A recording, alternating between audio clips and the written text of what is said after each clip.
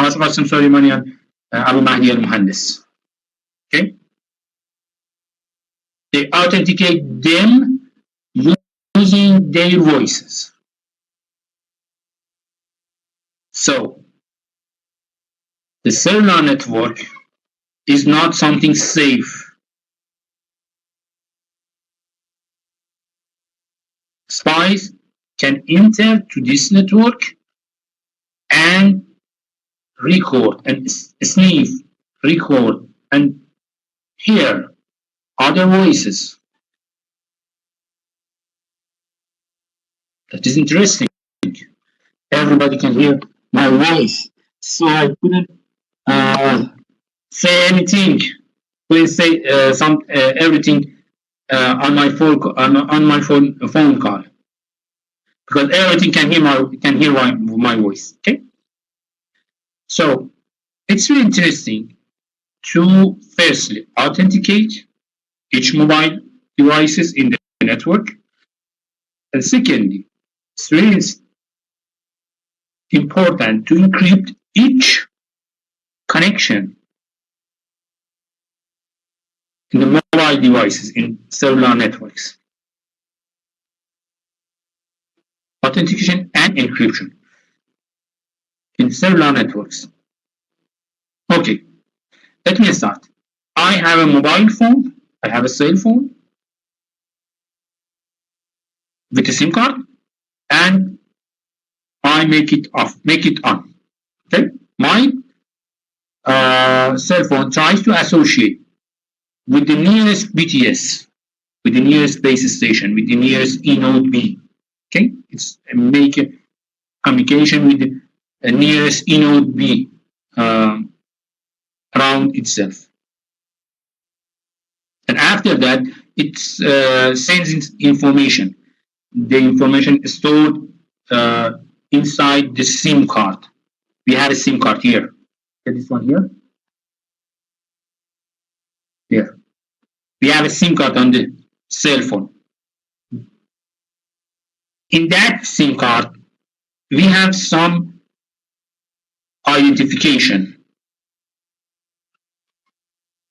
We use those identification to authenticate ourselves to the network, and also authenticate the network itself, using those stored information in the SIM card. Okay,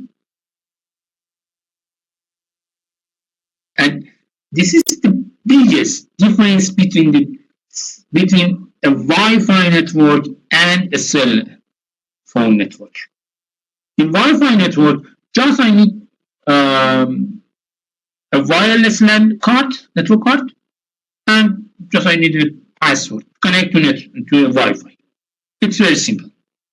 But here in cell phones, in cellular networks, we have special SIM cards. I can copy it.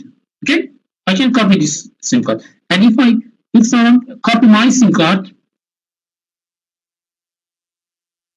the network couldn't identify my ID in that copied version. Okay, the network couldn't identify which of them is correct. So someone can copy my SIM card, and then he can make phone calls, and I should pay for them, for those cards, because I am the person who is registered on the network. But someone else copy the information inside my SIM card, and then he or she can can join to my network and use my accounts. We talked about those mechanisms in the past chapter. Okay, so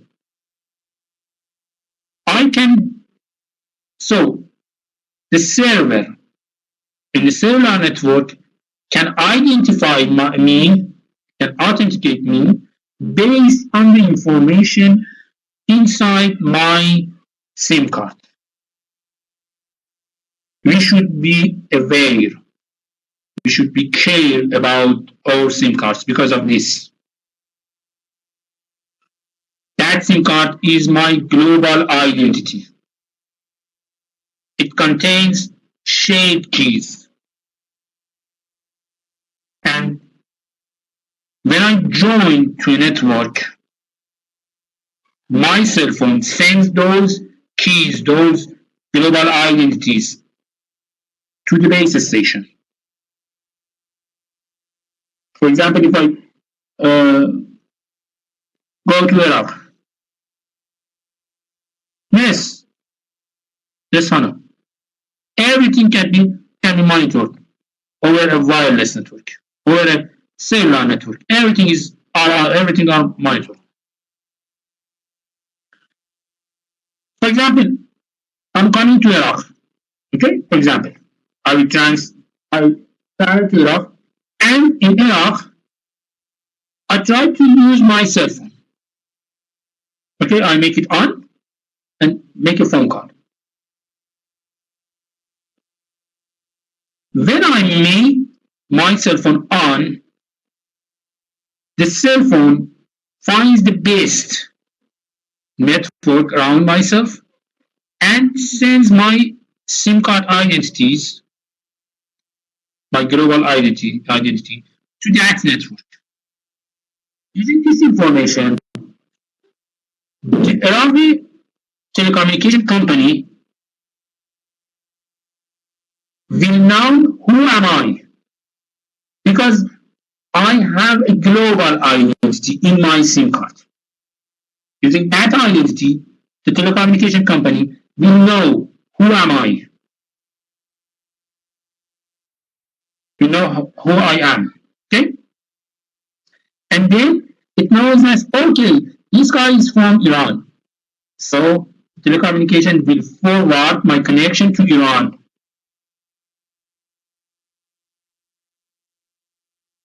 To my Iranian telecommunication company. It will forward to my connection to Iran. Using this strategy, after I travel back to Iran, my telecommunication company will say, okay, this is your bill.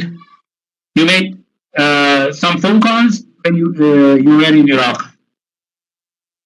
How? Because of global identity in my SIM card.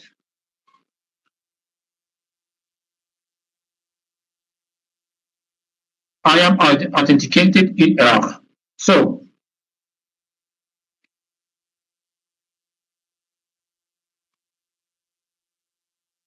here, look at this one here. There are some global identity in my SIM card. I'm sending them to the base station. For example, let's suppose that I am in another network, in a visiting network. Okay, I send my information to the base station. The base station will forward my information to the MME server, the mobility management server, and the MME, based on my global identity, will forward my identity to the home subscriber service, to the HSS server in my home network. Okay.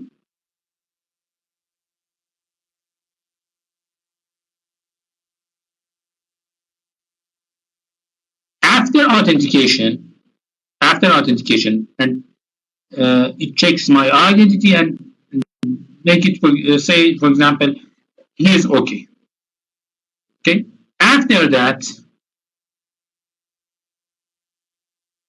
it will return. Look at this one here is my global keys inside my SIM card. The shared key between my home network and my SIM card, my mobile. Okay. So my home network can check my identity and prove that, okay, he's a registered guy. will return my information to the visitor network. And the visitor network now know that, okay, I know who is he, and it can connect and use the network. And now, the mobile device starts the communication with the base station to create some keys, some session keys.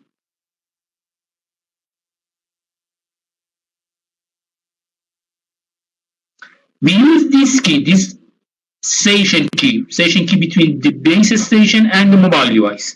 Look at this one. We have another key, the Ch8 key between the HSS here and the mobile device. This is something else.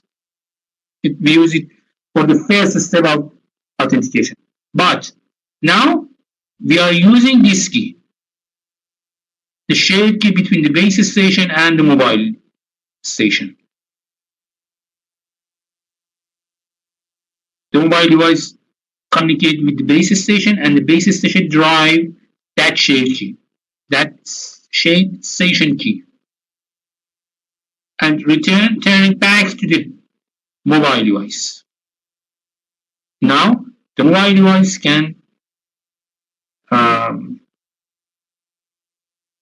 encrypt its communication with the base station over the 4G link.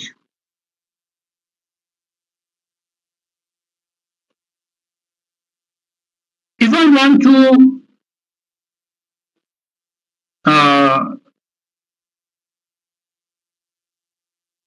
compare this strategy with the authentication strategy in Wi-Fi, I can say the all of this one, all of this one. They are similar to the AAP in Wi-Fi, but they are playing similar role. Okay, but here we can see that this structure here is more complicated than the structure, more complicated than the security mechanism in Wi-Fi. Especially, most of the time in Wi-Fi, we are not worried about, for example, business relationship or something like that. Okay, most of the time. For example, I have an access point in my home, and my wife, my children, my guests can come and use my access point. I'm not worried. They are not worried about the fees, about the money, about the bandwidth. They simply just receive a key and connect to my access point and use it. Use the bandwidth. Okay, it's very simple. But here, when we talk about a cellular network,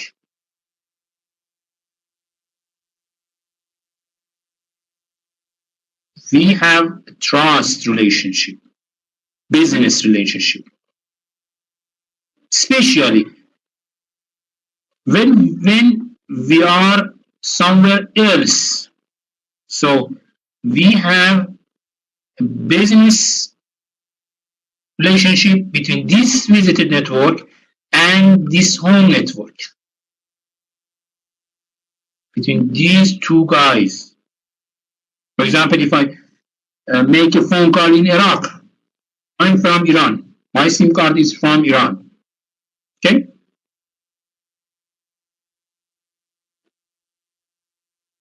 The Iraqi telecommunication company must have a business relation with the Iranian telecommunication company. Otherwise, I couldn't make a phone call. They must have this business relationship. It's something more than a simple authentication and encryption mechanism. So look at this one here. We have some steps here, one by one. You can see them by some dash lines here. Look at this one. The mobile device is attached to the base station. The base station sends those attached information to the MME server, to mobile management entity. The MME server sends those information to my home subscriber service or HSS server. And now I'm authenticated. My information are sent toward my home network HSS.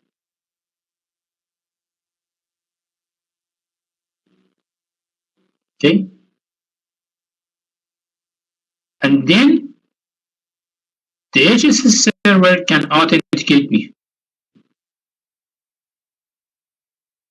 Here we have an authentication request, and now the server will reply with the authentication response. Okay. And here, look at this one. With some keys, we have some authentication token, expected authentication response token, and some keys.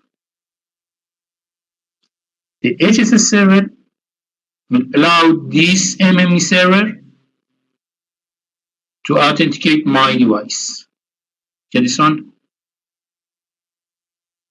The HSS server will respond to MME, and the MME will send those authentication tokens or those expected authentication response tokens to my device. Those authentication tokens contains some information about the encryption and the shade key between the HSS and the mobile device.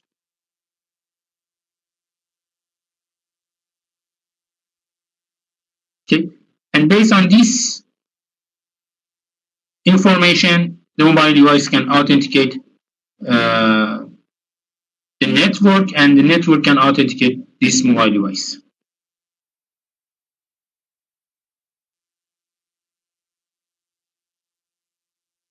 And now, the mobile device will respond with request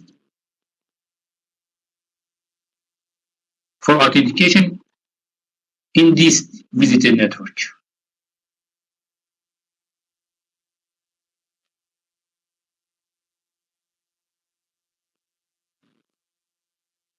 And the enemy will make it okay with some keys. Okay, it creates some authentication keys and something like that.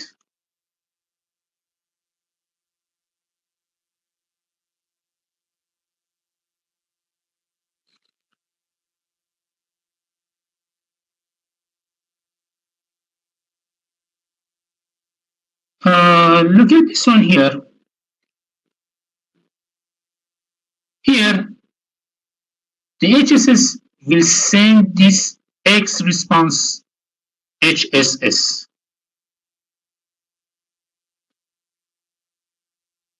These values and these keys are kept by the server. Here, this X are HSS and these keys. They are kept by the visitor network here.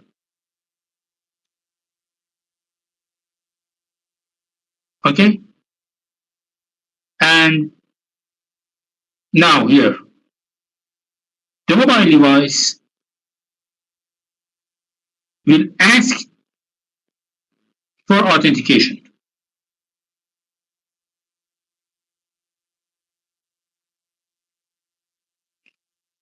Will response here. We have the enemy sends some authentication token to the mobile device, and the mobile device should respond to that message. So here we have a response from the mobile device, response of M. Okay.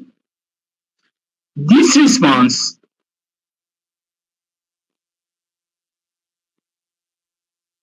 contains some information.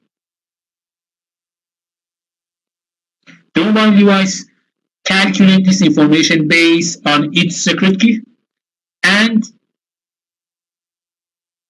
based on this secret key between HSS and the mobile device. Okay? The mobile device create those information, drive those information, and put them in this response. And the enemy would check this response with the X response comes from the HSS in the past step. Okay? This HSS creates this X response kept by the enemy, and now my mobile device create another response of M. It sends this response to the enemy.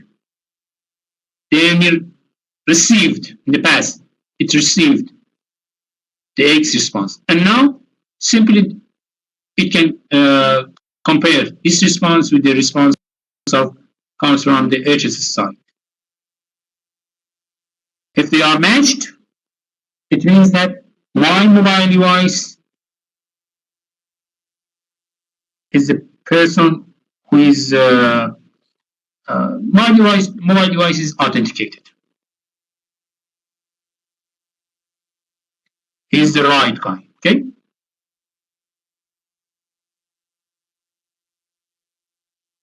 Why? Because the enemy keep this XRSS and ask from this HSS for this. And now the mobile device send a similar key, similar information toward the enemy. So both of them, both HSS and the mobile device, both of them say something similar. So I can say, okay, this mobile device is the right one. And now everything is correct. So the enemy will say to the base station, okay, he is authenticated and he can join and use the network services.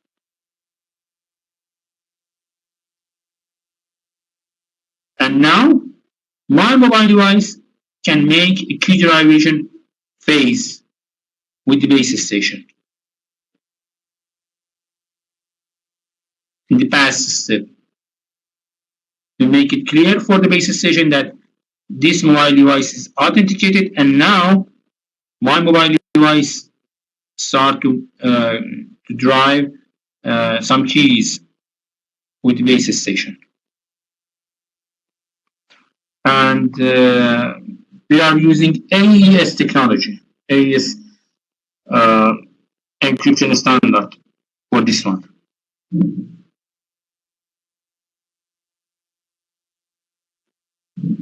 Okay. In 4G, the enemy server is responsible to make authentication decision. Okay. In 4G, the enemy server is responsible for this authentication. This server make decision about the result of authentication. But in 5G, this is a home network. This is a home network rule.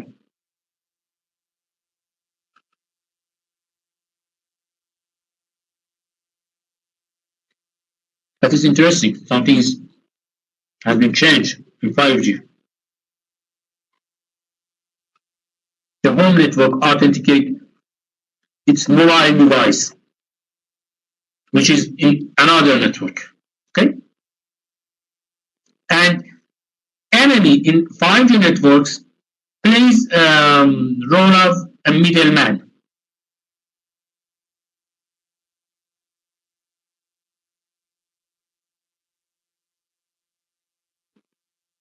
However, still this enemy can reject my connection. Still.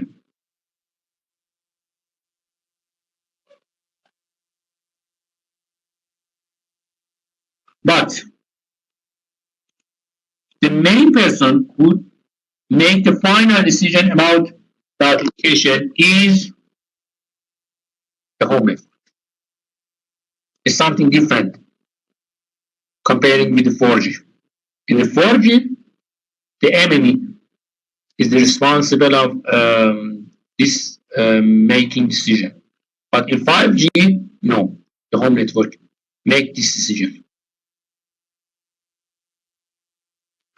Also in 4G, we use shared keys, but in an advanced method, in an advanced way. In 5G, those keys are not shared. We don't use shared keys, especially when we talk about IoTs. We are working with IoT. Also, in 4G, still we transmit IMSI messages in clear text to the base station, but in 5G, we use public key cryptography algorithms to send this information. This IMSI information is very important for authentication and controlling the network. Okay, so in 5G, we encrypt those information using a public and private key. Okay, using public keys. Okay, that is enough for today. Today we learned that wireless in security network is very important. Why? Because in security network, we are worried about the medium. The medium is air, and everybody who is around us, who can hear my signals, so those guys can sniff my communications and use it for different reasons in military operations, for spying, or making everything. Okay. So if we are interested to use wireless networks, we should be care about these networks. We have to apply different security mechanisms on mobile devices, in mobile networks, to make them safe, to make them secure. It's very important. And it's a challenging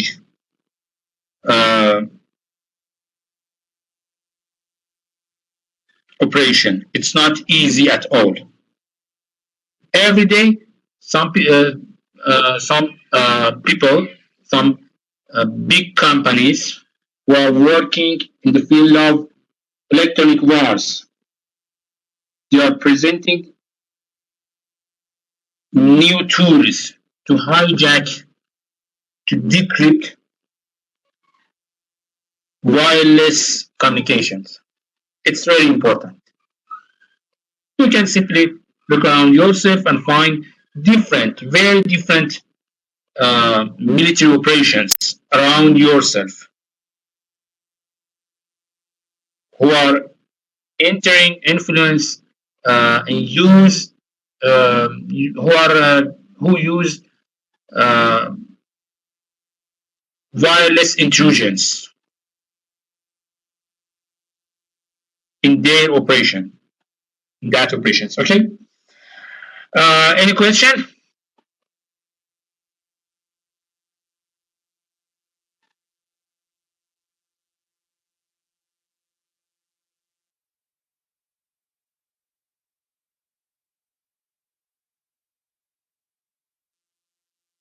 Okay. I wish the best for you in the rest of this week. Have a good time and goodbye. Bye bye.